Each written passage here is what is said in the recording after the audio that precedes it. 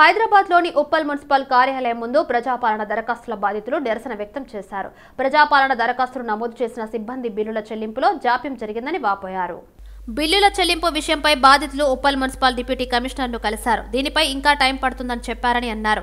ఎప్పుడు చెల్లిస్తారో చెప్పండి అడిగామని అన్నారు. ఏమి చేసుకుంటారో చేసుకోండి, వెళ్లి ధర్నా చేసుకోండి పో అంటూ నిర్లక్ష్యంగా సమాధానం చెప్పారని వాపోయారు.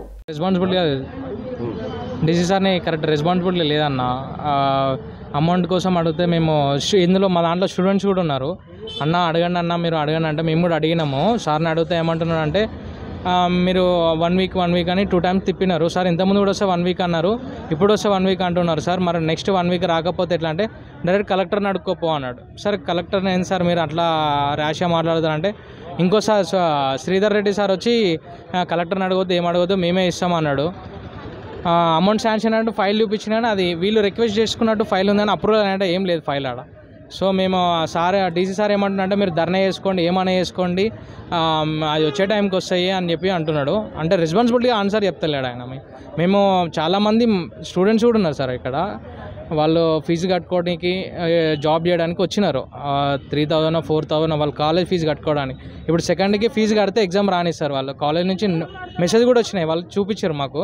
అన్న కొంచెం అడగండి అంటే మేము కూడా ముందుండి సార్ని అడిగితే మాకు రెస్పాన్సిబిలిటీగా ఆన్సర్ లేదు సార్. 6th నుంచి 13th వరకు డేటా ఎంట్రీ చేశాము. మాకేమో అమౌంట్ ఇవ్వట్లేదు. ఇంకా డీసీ సార్ని కలిస్తే సార్ ఏమన్నారంటే మీరు ఏమన్నా చేసుకోండి, ధర్నానే చేసుకోండి, ఇంకేదన్నా చేసుకోండి అని చెప్పి మాట్లాడుతున్నారు.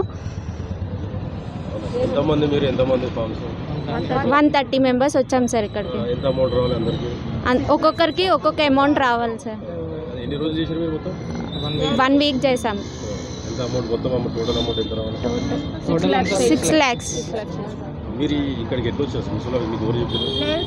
డైరెక్ట్ వచ్చాం మేము ఇక్కడికి. పర్సనల్ డేటా తీసుకొని లాగిన్ ఐడి ఇచ్చారు.